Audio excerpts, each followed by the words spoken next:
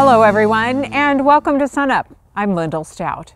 There were a few steps forward this week on Farm Bill programs. OSU Ag Policy Specialist Amy Hagerman gets us up to speed. Yeah, USDA really opened up for the first time about what the implementation is that they have done so far and what their plans are going forward. Now, it was a listening session, so not a lot of details, but we did get a few hints about where they're at in this process. For example, the Risk Management Agency spoke and they talked about changes in crop insurance. They're already implementing the multi-county enterprise units, and they're considering how they're going to implement the programs where you can have a policy for both grazing and for grain, which will be great for our winter stocker producers this next year. So a little bit of insight into what the path forward might be. You're also kind of having your own listening sessions and programs starting in Oklahoma. What are you hearing specifically from Oklahoma producers, and what are they interested in learning more about? Yeah, I think that these changes in crop insurance are certainly things that our Oklahoma producers are interested in. Crop insurance is well used here in Oklahoma, and it's a really valuable tool for risk management. We're also really interested in the changes to ARC and PLC, and when we're going to be able to re-elect into those programs. It looks like it's going to be later in the year than what we might have initially thought. And that's just based on the timing of this listening session and then also the additional steps that need to happen before we actually get to a sign-up date. However, you know, it's good that producers are getting the information early on about what those changes will be, and they'll be able to make decisions later in the year. So patience is key, continued patience. In the meantime, what about crops that are already in the ground? What do we do in this kind of interim waiting time? And that's a great question. We may well be in a position where we're late enough in the year at signups that we may already have wheat harvest done. We just don't know yet. But producers can have the confidence that the Farm Bill is based on the 2019 to 2023 crop years. So whatever decisions they make this year will retroactively apply to the 2019 crop year. And the silver lining of that, later sign-up date in this year, if there is one, is that they'll have additional information on what prices have done, and they'll have a better idea of actually which program might work better for them, ARC or PLC, at least in the 2019 crop year. With this kind of, waiting time, will there be any gaps in coverage? It does not appear there will be any gaps in coverage at this time, simply because the Farm Bill is really designed around certain crop years, and we had a continuation from the last Farm Bill ending with the 2018 crop year and the new Farm Bill starting with the 2019 crop year. When that Farm Bill was signed into law, we were guaranteed that those programs that have coverage in the 2019 crop year would move forward. Now, anything that producers won't see in 2019 that they can kind of start wrapping their head around? Yeah, I think that's a really good question, because I have had some questions on the Market Facilitation Program payments, which we talked about on a previous segment last fall. That's the program that made a payment to make up for the losses associated with retaliatory tariffs in 2018. It doesn't appear that we're going to get a continuation of that program into the 2019 crop year at this time, even though we haven't had a resolution in that trade situation, particularly with China. Okay, and more on that in the weeks ahead, of course. Absolutely. Okay, Amy, good to see you, and of course, keep us posted. We'll see you again soon. All right. Thanks a lot.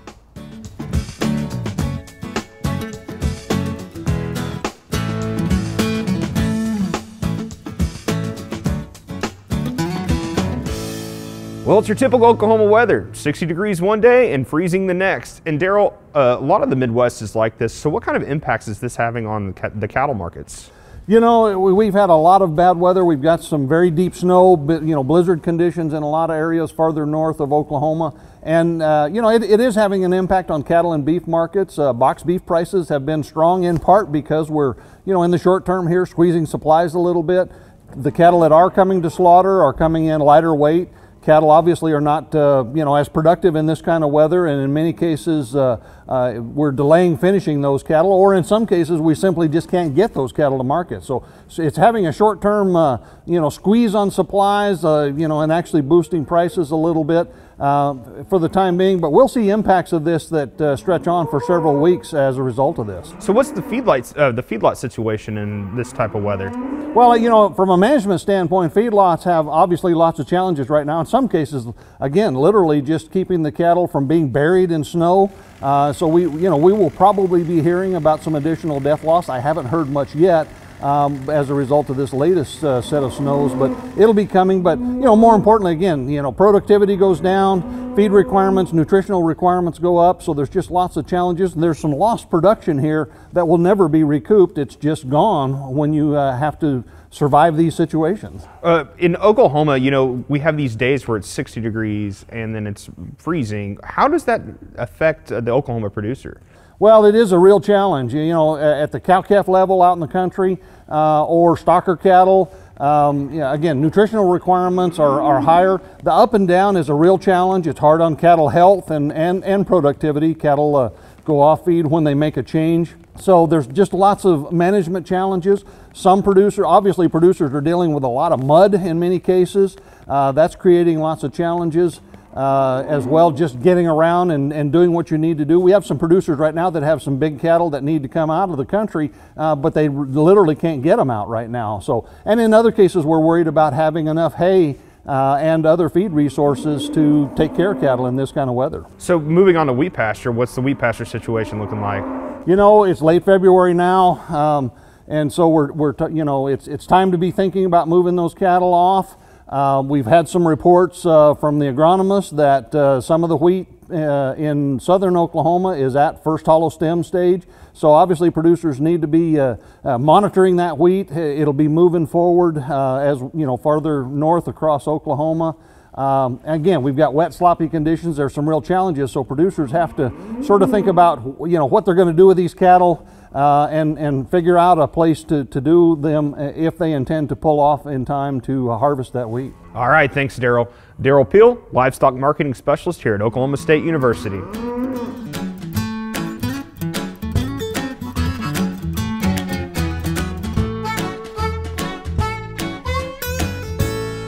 A number of years ago, an experienced rancher from here in Oklahoma called to tell me of something that he had discovered as a way to rewarm severely cold-stressed baby calves. We'd gone through one of those winters with a lot of sub-freezing nighttime temperatures and a lot of moisture, and a number of his calves had been born in the situation to where when he found them the next morning, they were really quite cold. What he discovered was that the best way that he found to rewarm that baby calf was to bring it in, put it into a wash tub with about 100-degree water in that wash tub, and let that calf's body warm up over a short period of time in that manner.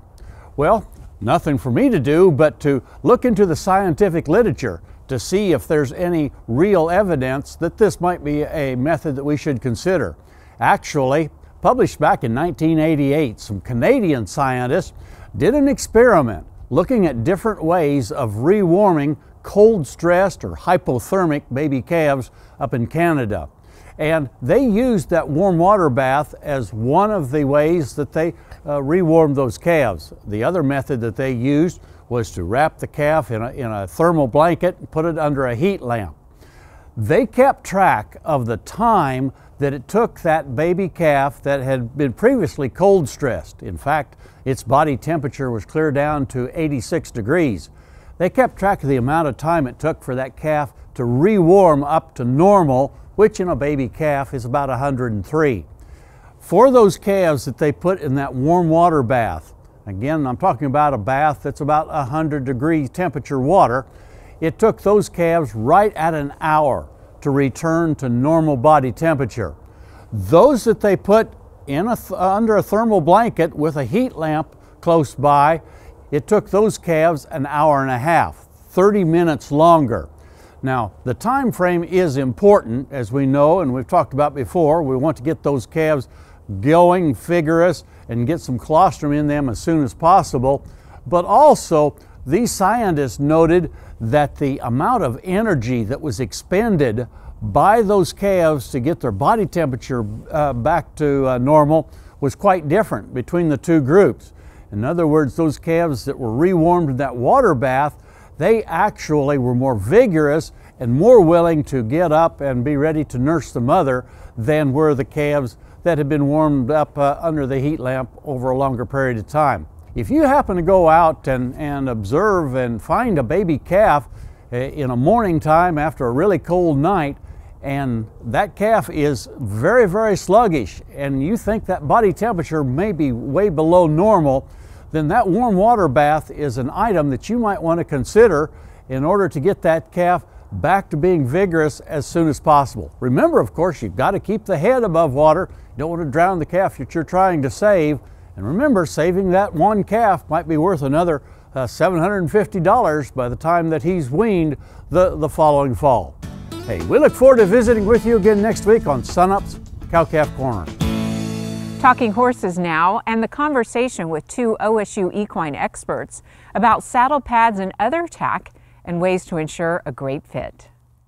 So this is Coach Larry Sanchez, and he is the coach of the women's equestrian team. So Larry, we want to talk a little bit. You have a lot of horses that you have to fit for the equestrian team. How do you do that with so many different types of horses that you have here on campus?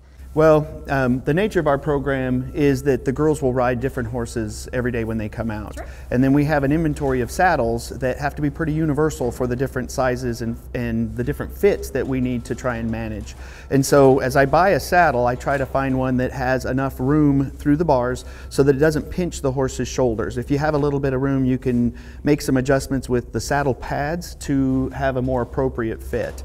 But that leads me to the saddle pad. One thing that I've found over the years is that the saddle pads are probably even more important than the saddle. Now, first you have to get the saddle that has the wide enough bars, but then it's a good quality saddle pad that I've found keeps away from giving any saddle sores or creating any hot spots from pressure points that the saddle could give. Now Hogan here has a very prominent wither, you know, and he's not slender through his shoulders, but he's a little more slender than, you know, some of our reining horses tend to be a little bit more broad across the shoulder. And so when I get a saddle pad, again, I buy off the shelf. I don't custom order any saddle pads.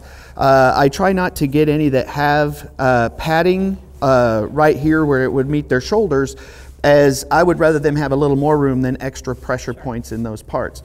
So I make sure that the saddle pads are made of good, sturdy quality material, and that when I go to put the pad on, what I want to always do is put it on a little bit in front of where it's going to rest, and then I like to run it back to where, pushing it backwards, because that's the direction of the hair growth. If you put the saddle pad on the back and then you try to slide it forward, what I've found happens is it folds that hair forward. Then when you put the saddle on and tighten the girth, that hair is folded forward, and again, that is not the natural direction that that hair wants to grow, and so you can tend to have some problems with that.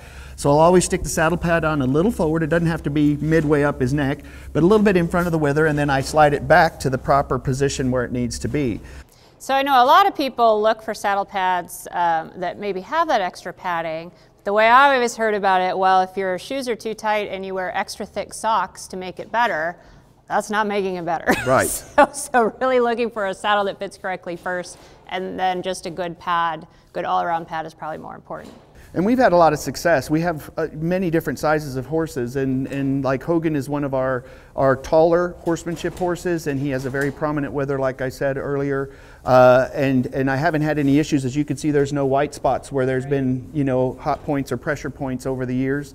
And I'd like to think that's because of the saddles that we purchased that are wide enough across the bars here, but also good saddle pads. So one of the things that I do is I tell my team that what they're looking for is when they adjust the girth before they even start to wrap the latigo, is to make sure that when they pull it across, that these two D-rings in the center of the girth are just off center of that offside. And the reason why I want it just off center is so when you tighten that girth, it'll move that center of the girth to the center right between the front legs, and as close to the center as you can get it, the better. And so you have to go to the off side and make adjustments. Sometimes if it's too far on one direction or the other, you either have to take it up or let it down so that the D-rings end up, when you tighten that girth, as close to center between those front legs as you can. So what I'll do is I pulled the cinch strap down here. I'm going to go ahead and reach underneath, and what I'm looking for is for, like I said, that D-ring to be just that side of center when it's loose, before I start to tighten that girth or put it on. And so this cinch is nice enough to where it has a roller right here to where it makes it a little easier to pull, because sometimes if the leather's not conditioned, it might be hard for some people to pull. And so what I do is I go ahead and run it through. And before I draw it tight on the horse, I go ahead and make a wrap here. Now, I learned that a long time ago from starting 2-year-olds that have never been saddled before. And I've seen people, before they wrap it all the way around, put it down through and then they tug on it, and it's not really built to where you can't tighten it if the horse jumps away from you as a 2-year-old. So it's just habit for me to always get that latigo all the way through, and that way if the horse does jump or whatever, I can pull and draw that girth tight, and that way if he's jumping around, the saddle doesn't run the risk of sliding over. Perfect. Well, thanks, Larry, for sharing some tips with how to fit a wide variety of horses. You're welcome.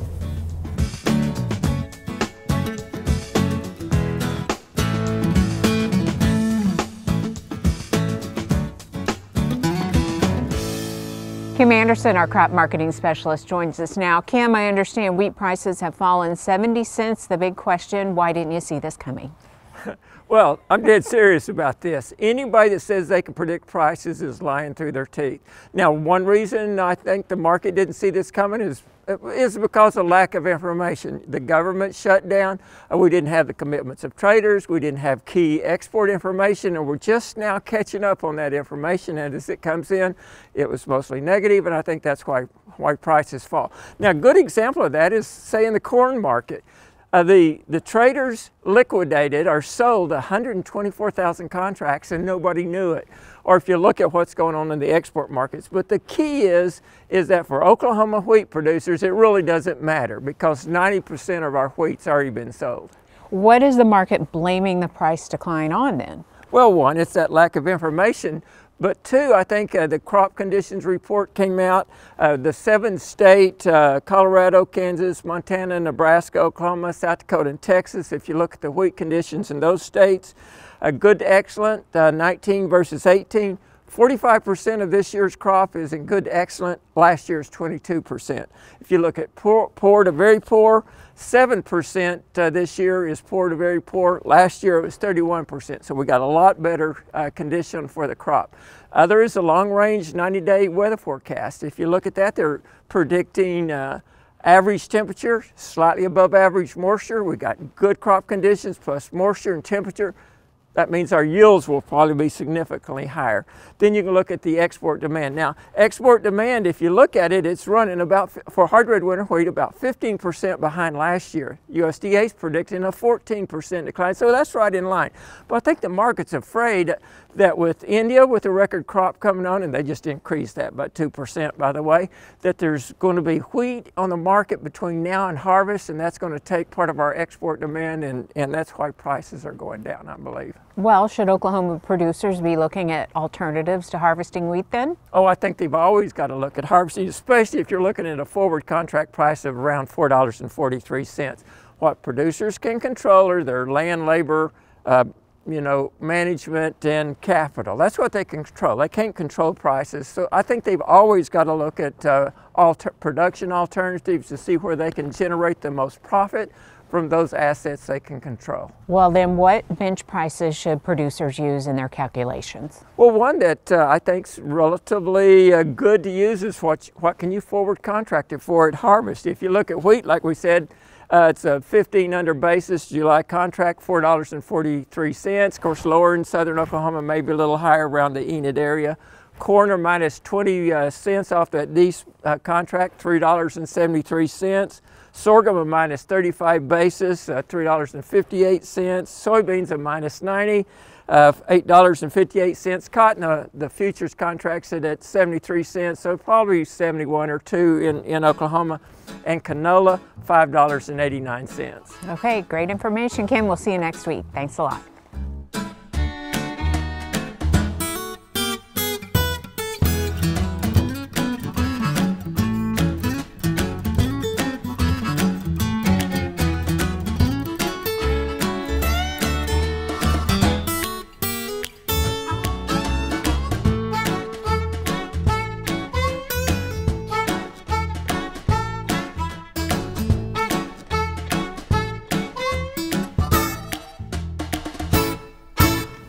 Hi, Wes Lee reporting on yet another cold week in Oklahoma. This week, I thought we would take a look at the soil temperature situation and see how it compared from year to year. On Wednesday, the 4-inch soil temperatures undersod ranged from a low of 34 degrees in the Panhandle to a high of 51 across several stations in the southeast. If we compare this to the same time 1 year ago, we see soil temperatures were mainly in the 40s statewide. Soil temperatures are about 5 degrees cooler on average this year as compared to last, with the exception of the far southeast where the last few cold fronts have not reached. Looking at long-term averages, the Weatherford station shows us 4-inch soil temperatures are about 4 degrees below normal for this time of year. And it looks like more cold weather is in store for the upcoming week. The National Weather Service is giving a near 100% probability of colder than normal air. Next up is Gary with a closer look at our long-term forecast. Thanks, Wes, and good morning, everyone. Well, it was a nice little run we had there on the days where I didn't have to report about drought and the days that you folks didn't have to deal with it. Now, unfortunately, as I said before, those days are over. Let's get right to the new drought monitor map, see what we have. And it's just a smidgen of drought. It covers most of Harmon County, a little bit of Greer, a little bit of Jackson County, and again, it's from a larger area out to the south and west of far southwestern Oklahoma in the Texas Panhandle that's spreading up this way. And as we can see, the abnormally dry conditions also extend all the way up to Harper County and Beaver County in the northern parts of the state. Those are the areas we're going to be keeping our eye on as we go out into the future. And we look at the 3-month outlook. This is for the March, April, May period from the Climate Prediction Center. There is some good news in that area as far as precipitation goes. They see increased odds of above normal precipitation across the entire state. So, and that's a wet part of the year as well as we get from March, April, May into the depths of spring. That would be good news. On temperatures, they don't really see any type of indication of above or below normal for temperatures or even near normal, so the equal odds for all.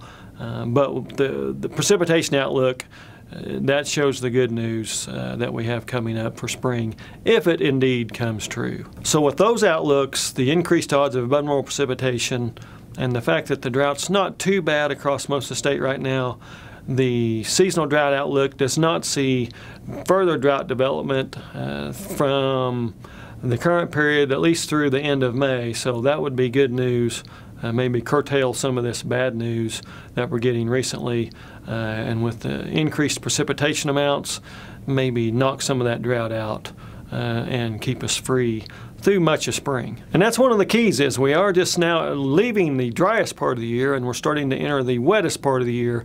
March is still fairly dry, but as we get into April, May, and especially into June, that's our prime rainy season. So hopefully we can get some good precipitation, good moisture, and stop this drought in its tracks. That's it for this time. We'll see you next time on the Mesonet Weather Report.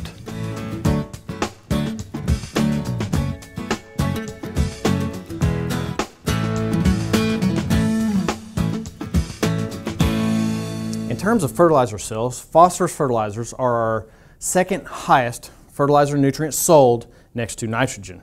Why is that? In Oklahoma, many of our soils have a phosphorus deficiency or have a low pH, which producers are combating with phosphorus fertilizers.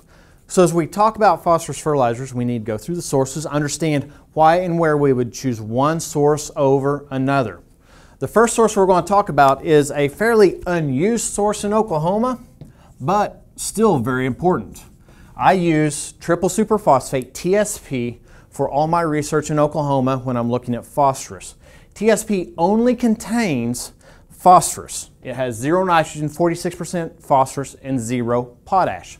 So for me, this is a very good phosphorus source when I'm doing pea fertility experiments. It's also a good source for phosphorus if you're growing legumes, so a soybean or alfalfa, specifically alfalfa, and needed a lot of phosphorus but no need for any nitrogen that comes with the other forms. Now, why it isn't a very popular source in Oklahoma is because of this source right here, DAP 18460. Now this stands for diammonium phosphate. Whenever we're going to be applying phosphorus for 90% of the production in Oklahoma, we're going to be wanting nitrogen too. Why choose a product such as TSP, which has no nitrogen, and you'd have to add nitrogen in the form of urea or ammonium sulfate, when you can buy diammonium phosphate and in the same amount of pounds, not just get 46% phosphorus, but also get 18% nitrogen. On the other hand, MAP is a source, so MAP, which is 11520, is a source that you'll commonly find in the high plains, the panhandle,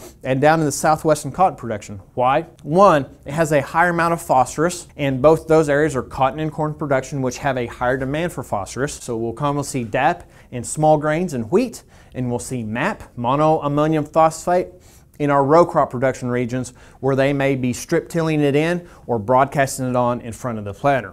Now, another very popular source is ammonium polyphosphate. Ammonium polyphosphate is a liquid product. We see APP, ammonium polyphosphate, primarily used in starter fertilizers as a starter in corn and sorghum production because you can go in furrow or a 2x2 with this liquid product on a planter. Planters can have a tank and it's easier to transport and fill than the dry products. If you have any more questions about phosphorus fertilizers, check out the SUNUP website at www.sunup.okstate.edu. That'll do it for us this week. Remember, you can find us anytime on our website, sunup.okstate.edu, and also follow us on YouTube and social media. I'm Lyndall Stout. Have a great week, everyone, and remember, Oklahoma agriculture starts at sunup.